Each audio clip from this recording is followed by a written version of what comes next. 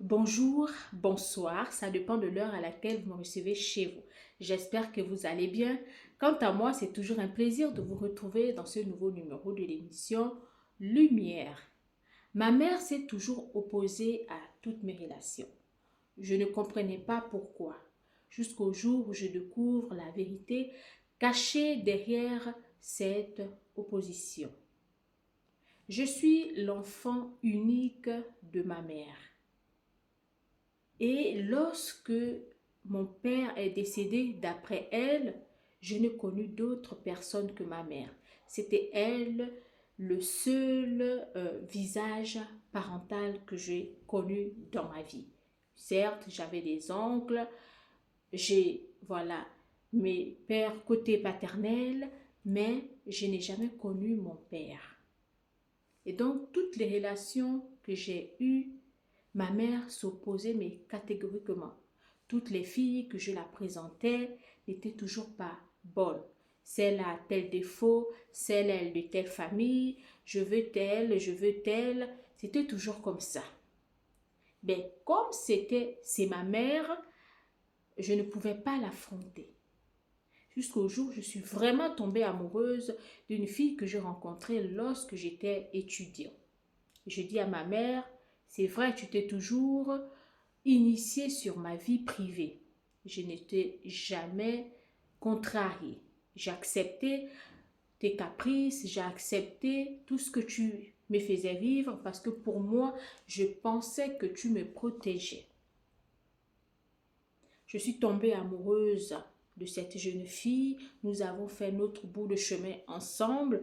Nous avions des projets de mariage jusqu'au jour où ma mère décide de venir tout gâcher.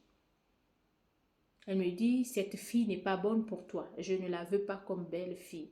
Je dis à ma mère, écoute, je te comprends, je suis ton seul fils. C'est pas évident de me voir partir en mariage, mais sache que je ne t'abandonnerai jamais. Tu as été la seule personne qui m'a élevée, celle qui m'a envoyée à l'école, qui m'a donné une bonne éducation. Aujourd'hui, je travaille. J'ai une bonne situation. J'ai besoin de fonder ma famille. Tu seras toujours ma mère. Tu seras toujours la bienvenue dans ma famille, chez moi. Mais il faut que tu acceptes que ton fils a grandi. Mais cette dernière ne voulait rien entendre.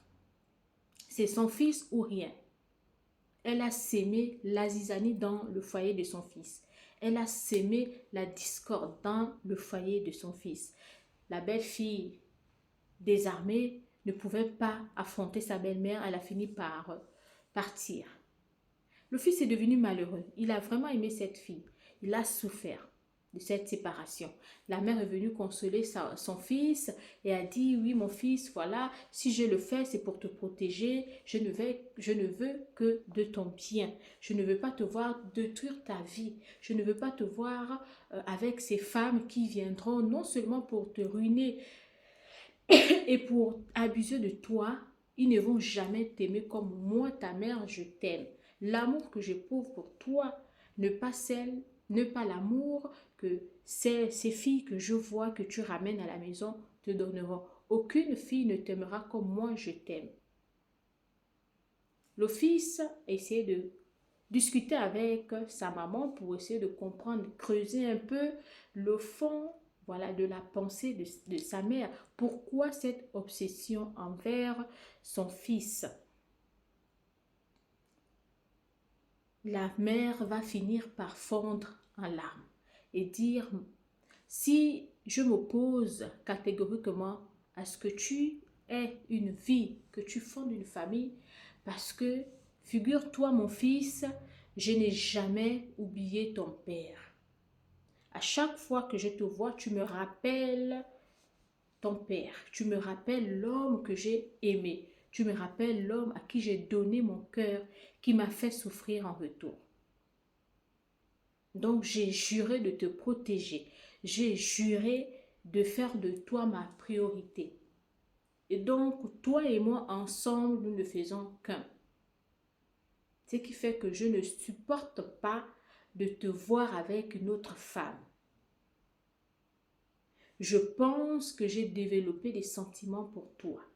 Le fait que je n'ai jamais mis un trait à cette relation brusque qu'il y avait entre ton père et moi, on s'est séparés comme ça, sans rien, il m'a abandonné. Avec toi dans les mains, sans nouvelles, sans rien, ça m'a brisé. Et cet amour-là est resté enfoui en moi. Donc au fur et à mesure que je te voyais grandir, tu me faisais penser à ton papa.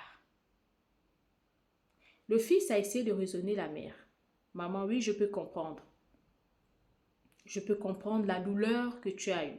Je peux comprendre ce que tu as ressenti lorsque papa t'a abandonné. Mais dis-toi que moi, je suis ton fils. Comme je te l'ai dit, tu es le seul parent que j'ai connu dans ma vie.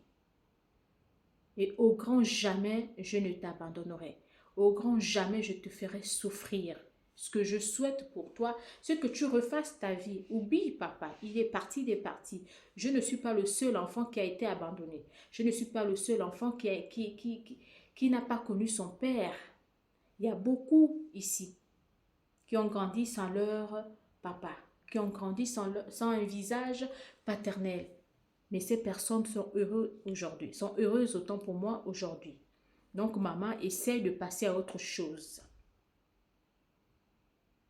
La mère a dit, oui, je vais essayer. Pour toi, je vais essayer mon amour. Tu es mon fils unique, je ne veux pas te voir souffrir. Ce dernier a continué, Jacques a continué sa vie. 6 mois plus tard, il refait une autre rencontre d'une femme de chez lui, de la même ethnie que lui. Ça s'est bien passé, les débuts les débuts de la relation se passaient bien. Jacques a présenté encore cette dernière à sa maman. Ça se passait bien. Elle était obligée de jouer le jeu parce que sinon son fils, devait mal le prendre. Vu qu'il avait déjà une relation qui a été interrompue sans raison. Donc elle ne voulait pas revoir son fils souffrir. Mais c'était plus fort qu'elle. C'était vraiment plus fort qu'elle.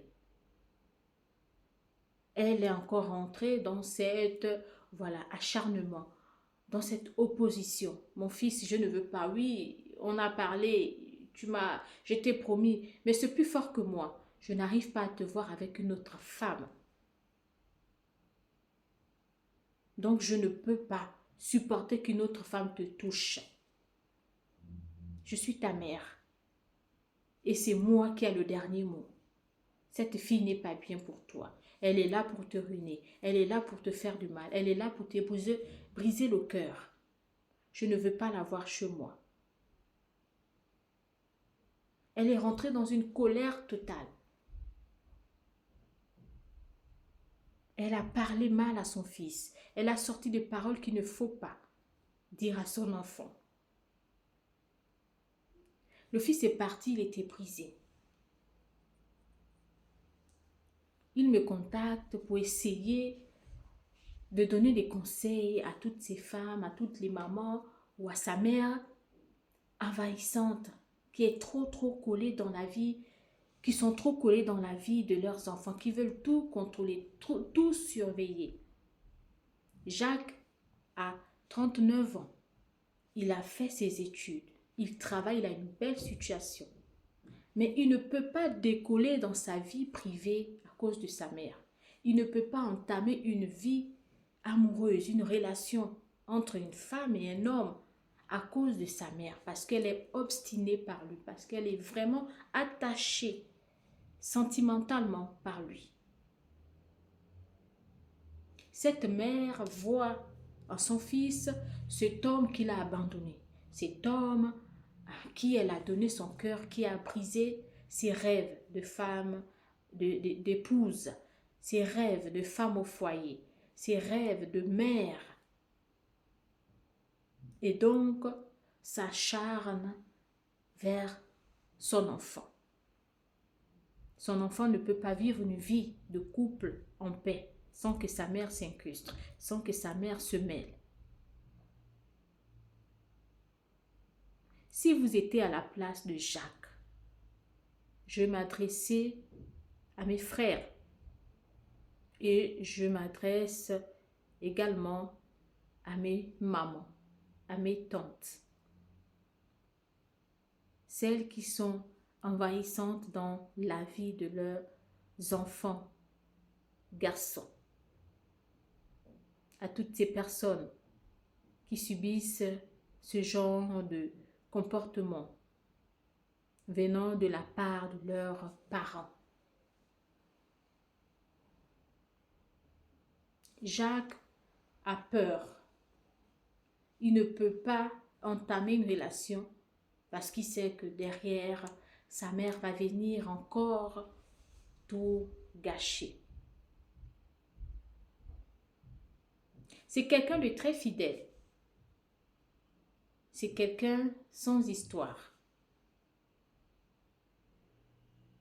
Mais le fait que sa mère est trop imposante dans sa vie ne peut pas l'emmener à être un homme épanoui. Pour lui, sa mère veut que la première chose qui doit faire partir de sa vie, c'est sa mère. C'est pas possible. À un moment donné, on met au monde des enfants, on les élève, on les éduque, on les voit grandir et on doit aussi les voir se marier. On doit les voir aussi s'épanouir, être heureux en fondant leur famille. On ne doit pas être trop envahissant dans la vie de nos enfants, sinon ça ne serait pas, leur rendre service. Au contraire, c'est pour nous, parents, nous amener à s'éloigner de nous. L'amour qu'on a pour nos enfants ne peut pas changer. Nous sommes les parents. Mais on doit aussi leur laisser leur place, surtout quand ils sont grands, quand ils sont majeurs. On doit leur laisser la place. Ils doivent s'imposer aussi dans la société. Ils doivent travailler, ils doivent montrer aussi leurs preuves. Donc on ne peut pas être tout le temps derrière leur vie. On ne les rend pas service. À toi, Jacques, je vais te donner un conseil.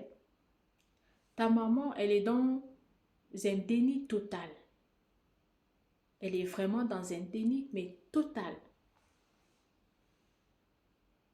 Tu dois essayer de faire suivre une thérapie à ta mère. Prends rendez-vous, va avec ta mère, explique-la que c'est pour son bien. Tu ne pourras jamais couper les liens avec ta mère, c'est ta mère. Ça restera ainsi jusqu'à la fin de vos jours. Mais elle doit te laisser ta place, elle doit te laisser partir, elle doit accepter que tu as grandi, elle doit accepter que tu es devenu un homme et que tu as des responsabilités. Elle doit accepter ça. Il faut que tu en parles. Ta mère, elle est dans une indépendance affective. Affective autant pour moi.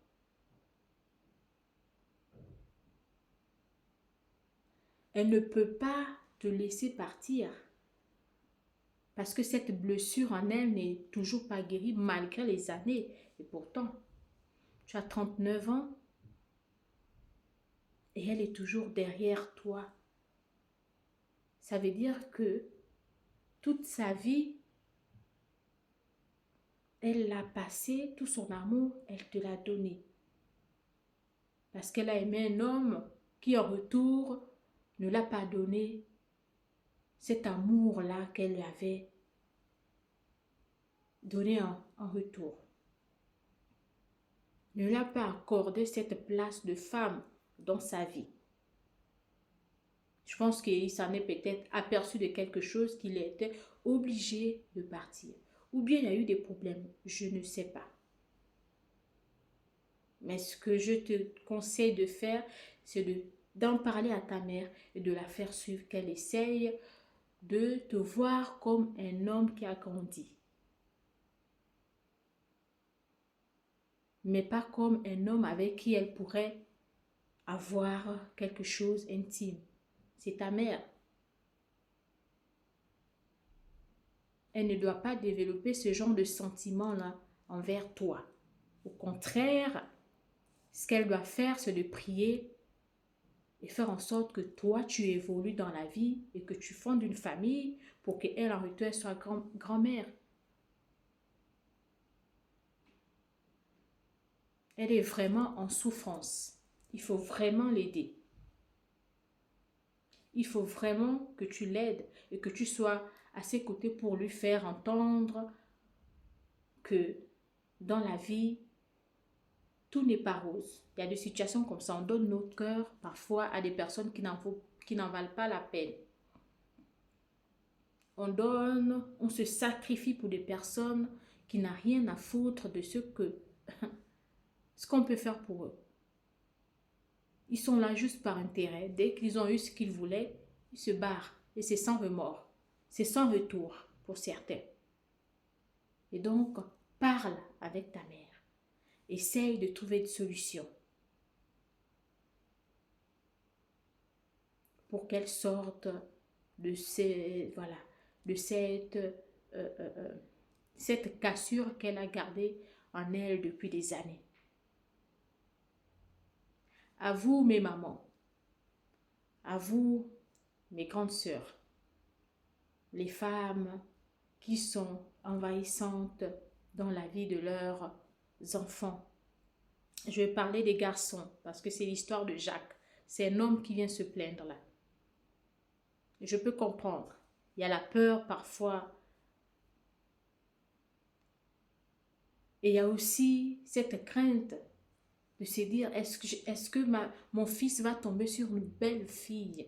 Est-ce que mon fils va tomber sur une femme qui va me respecter, qui va m'aimer, qui va me valoriser, qui va me donner des petits-enfants? Je peux comprendre. Mais une maman, ça reste à vie. Même si on grandit, moi je vois avec la mienne, qui est toujours, comme si on était des enfants, toujours protectrice, toujours comme si on était encore des enfants. C'est normal, c'est une maman. Essayez un peu de couper le cordon. Essayez de laisser la place à vos enfants, faire leur choix. Le rôle que vous devez faire, jouer dans la vie de vos enfants, c'est de les accompagner à mener à bien leur mission sur terre. Quand c'est réussi, vous êtes à l'aise, vous êtes heureuse d'avoir, surtout les mamans célibataires qui ont élevé leurs enfants toutes seules, sans une figure paternelle. Et aujourd'hui, ces enfants-là, pour certains, c'est des personnes, c'est des médecins, c'est des avocats, c'est des musiciens. Ils ont choisi leur route et c'est des enfants qui sont discrets. Ils sont heureux parce que la mère a su imposer ces deux rôles-là dans la vie de leurs enfants et a su jouer ces rôles-là. Chapeau à toutes ces mamans-là. Mais parfois, il faut lâcher prise. Arrivé à un certain âge, faites confiance à vos enfants. Lâchez prise. Laissez les enfants s'épanouir. Laissez les enfants faire leur choix. Ne vous introduisez pas dans la vie de vos enfants. Sinon, vous allez les faire fuir. Sinon, vous allez les voir partir. Et parfois, dans certaines familles, il y a des clashs. Il y a des problèmes. Parce que la mère, elle tient tête, elle veut vraiment s'imposer, elle veut que l'enfant aussi ne veut pas. Pour lui, déjà grand, il refuse. Donc, s'il vous plaît, mes mamans, mes tatas, mes grandes sœurs, essayez de lâcher prise. Protégez, venant en renfort quand il y a besoin. Quand on parle, par exemple, de la vie, quand on voit que c'est vital et que vraiment il y a danger, venez en renfort et imposez-vous. C'est normal. Mais quand les enfants sont grands, ils travaillent, ils veulent maintenant fonder leur famille. Ce qu'on doit faire, notre rôle, c'est de les accompagner, qu'ils mènent bien leur relation. C'est les conseils tous les jours. D'accord? Vraiment, Jacques, j'espère que voilà, cette émission, ton histoire, ce que moi j'ai pu te donner comme conseil, va t'aider à amener bien. Voilà, en sorte que demain après-demain, tu sois un homme épanoui. Tu travailles, tu as fait des études. C'est normal que tu rentres dans une vie familiale. C'est normal que tu fondes ta famille. Essaye maintenant de penser à toi. Protège ta maman. Surtout si tu rentres, ne rentre pas en clash avec elle. Si tu rentres en clash avec elle, elle va se défendre et c'est pas bien. Ça serait pas beau à voir aux yeux des gens qui vous connaissent ou aux yeux de la famille. Ça serait pas beau à voir. Ne rentre surtout pas en clash avec elle. Essaie de lui faire comprendre. Et puis aide-la à sortir de cette douleur qu'elle traîne depuis des années. Pour que toi aussi demain tu sois heureux. Elle va finir par comprendre que ce sont des sentiments qu'elle n'a pas pu évacuer, qu'elle n'a pas pu, voilà, guérir de ces blessures-là du passé qui l'ont fait souffrir. Peut-être qu'elle est même passée à côté de son bonheur. Peut-être qu'elle est passée à côté de sa vie privée. Le fait qu'elle soit trop attachée à toi, trop envahissante, elle est peut-être passée à côté des belles choses que la vie a peut-être pu l'offrir. D'accord? J'espère que cette histoire va sensibiliser bon nombre de personnes. J'espère que pour certains parents, ils vont essayer de lâcher prise, essayer de mettre l'écart entre eux et leurs enfants et d'accepter qu'enfin, ils ont grandi et qu'ils ont besoin aussi à eux, voilà, de fonder leur famille. Merci à vous, mes chères lumières, d'avoir, voilà, de regarder cette vidéo, cette émission et surtout, on se donne rendez-vous très prochainement. Portez-vous bien, on se dit bye bye. À bientôt.